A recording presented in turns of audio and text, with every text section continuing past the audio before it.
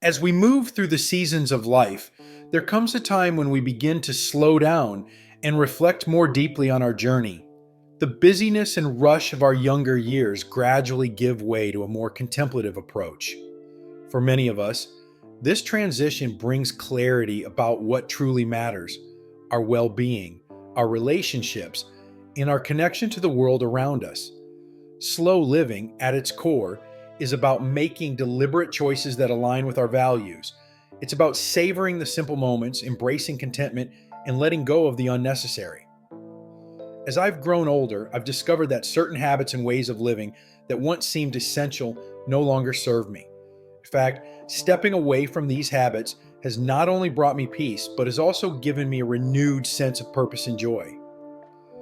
In this reflection, I'd like to share 5 key shifts I've made, each of which has helped me live more intentionally and joyfully in my later years.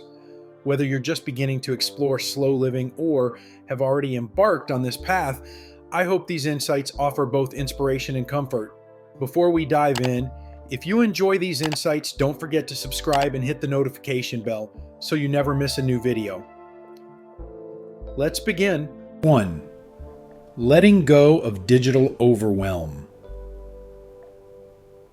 There was a time when being constantly connected seemed not just normal, but necessary. My smartphone was the first thing I reached for in the morning and the last thing I looked at before bed. Social media feeds, endless email chains, and the 24-hour news cycle filled every spare moment. But as the years passed, I began to realize something unsettling. The more I engaged with the digital world, the more disconnected I felt from myself and my surroundings. The constant stream of information, while sometimes useful, often filled my mind with noise rather than nourishment. Gradually, I began to reduce my digital consumption. At first, it was challenging. I felt as though I was missing out on something, whether it was the latest news or a popular meme everyone seemed to be talking about. But slowly, I began to realize that what I was gaining far outweighed what I was giving up.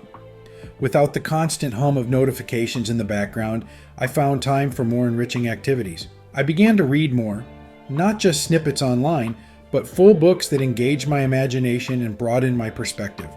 I started cooking more thoughtfully, turning meal preparation into a mindful practice rather than a rushed chore. Most importantly, I began to spend more time in reflection. Instead of filling every quiet moment with digital noise, I allowed myself to sit with my thoughts, to process my day, and to dream about the future. This simple change led to deeper, more restful sleep, and a clearer mind when I woke in the morning. Now, my relationship with technology is intentional. I use it as a tool to enhance my life, not as a constant companion. I check my emails at set times, engage with social media sparingly, and prioritize face-to-face connections over digital ones. The result is a sense of presence and peace I hadn't experienced in years.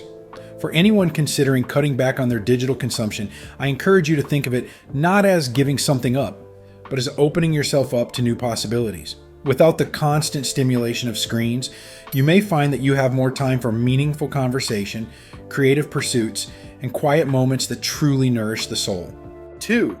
Embracing minimalism and thoughtful consumption. As I reflect on the decades of my life, I realize just how much emphasis society places on the act of buying. We are constantly encouraged to acquire more, to update, to replace, to purchase the next new thing. I, too, once found myself swept up in this cycle. Whether it was the thrill of a new outfit, the allure of a modern gadget, or the excitement of redecorating a room, shopping became a way of filling the spaces in my life. But over time, I began to ask myself, what purpose does all of this buying really serve? Does it bring lasting joy, or is it merely a temporary distraction? More importantly, is it truly necessary? In my later years, I've come to deeply value what I already have rather than constantly seeking out the newest and latest. I found immense satisfaction in caring for and maintaining the things I already own. The act of repairing, repurposing, and upcycling items that might otherwise be discarded has brought me a profound sense of fulfillment. Take, for example, a well-worn chair that has been with me for years. Once, I might have replaced it with something newer, something more stylish. But instead, I took the time to have it reupholstered, giving it a fresh look while preserving its history. Now, every time I sit in that chair, I'm reminded not only of the years it has been with me, but of the care and thought that went into keeping it. This approach has extended beyond furniture to include clothing, kitchenware, and other household items. Rather than tossing out a sweater because it's a little worn, I've learned to mend it. Rather than buying new cookware, I take the time to care for the pots and pans I've had for decades. In doing so, I've come to appreciate the craftsmanship and durability of these items in a way I never did before. Letting go of the need to constantly shop has also lightened my emotional load. I no longer feel the pressure to keep up with trends or to accumulate more than I need. My home feels less cluttered and my mind feels more at peace. The focus has shifted from acquisition to appreciation, and that, I've found, is where true contentment lies. For those who may feel uncertain about stepping off the consumer treadmill, I encourage you to start small. Try going a month without buying anything new unless absolutely necessary. During that time, take stock of what you already have and ask yourself if those items still serve you. You may be surprised by how much joy and peace can come from embracing what's already yours. 3. Nurturing health, food as nourishment, movement as joy. When I was younger, I cared deeply about the latest diet trends and fitness crazes. I jumped from one restrictive eating plan to another, pushed myself through punishing workouts, all in pursuit of an ideal body or the promise of perfect health. But as I've grown older, I've come to realize that true well-being comes from a much gentler, more holistic approach. Now, I see food not as the enemy or something to be controlled, but as nourishment for both body and soul. I've rediscovered the joy of cooking, using whole, fresh ingredients to create meals that are not only healthy, but deeply satisfying. The process of preparing food has become a form of meditation, a way to connect with what I'm putting into my body. Meal times are no longer rushed affairs in front of a screen. Instead, they've become moments of mindfulness and connection. Whether I'm dining alone or with loved ones, I take the time to savor not just the flavors of my food, but the entire experience of eating. This shift has transformed my relationship with food, eliminating the guilt and anxiety that once surrounded eating. When it comes to movement, I've abandoned the notion of exercise as punishment. Instead, I seek out activities that bring me joy and keep me engaged with the world around me. Some days, that might mean a brisk walk in nature, feeling the sun on my face and the breeze in my hair.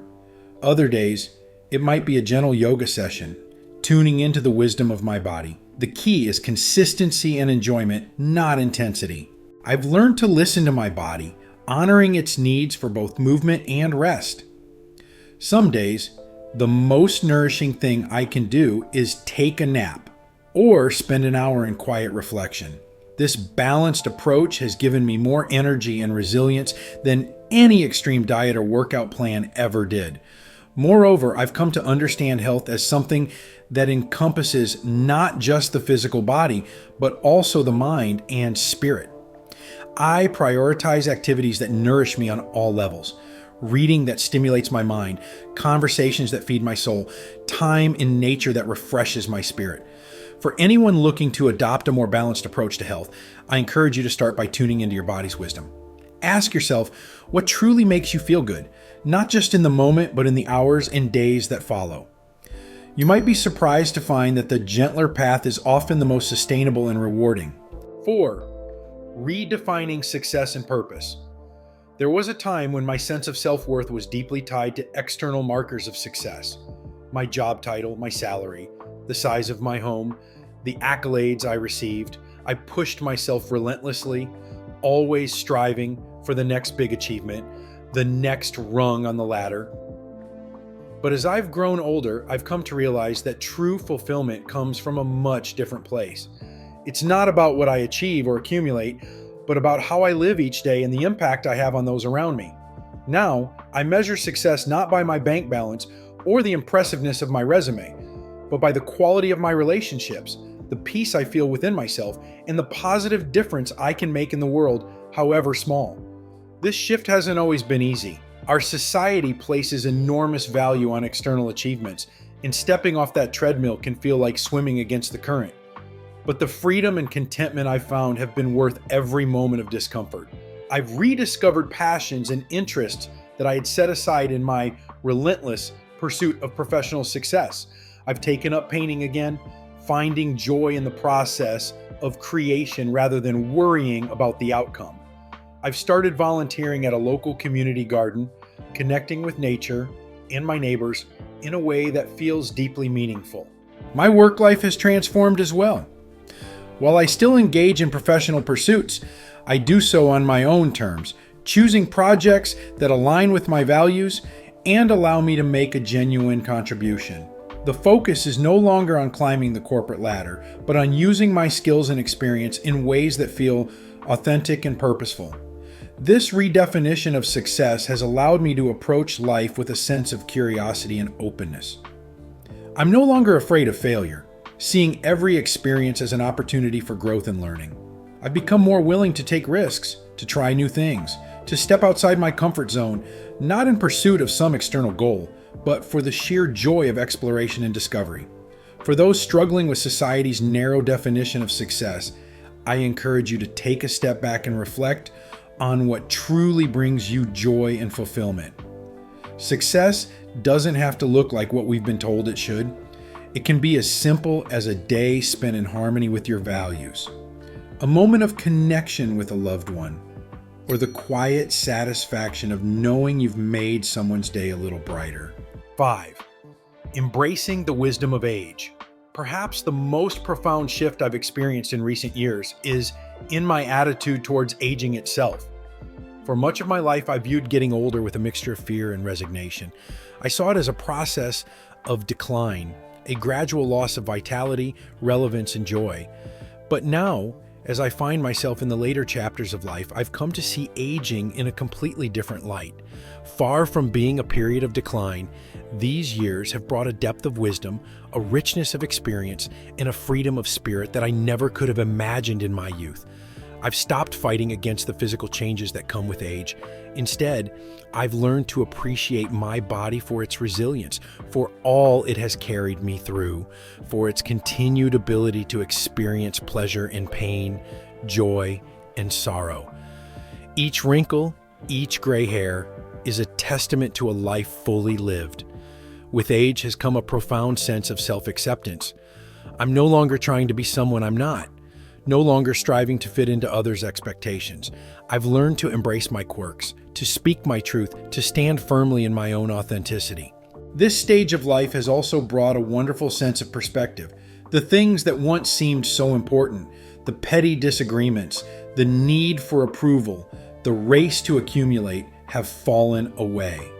In their place is a deep appreciation for the simple joys of life. A cup of tea shared with a friend, the laughter of grandchildren, the quiet beauty of a sunset. I've discovered that there's a great freedom in no longer needing to prove myself to the world.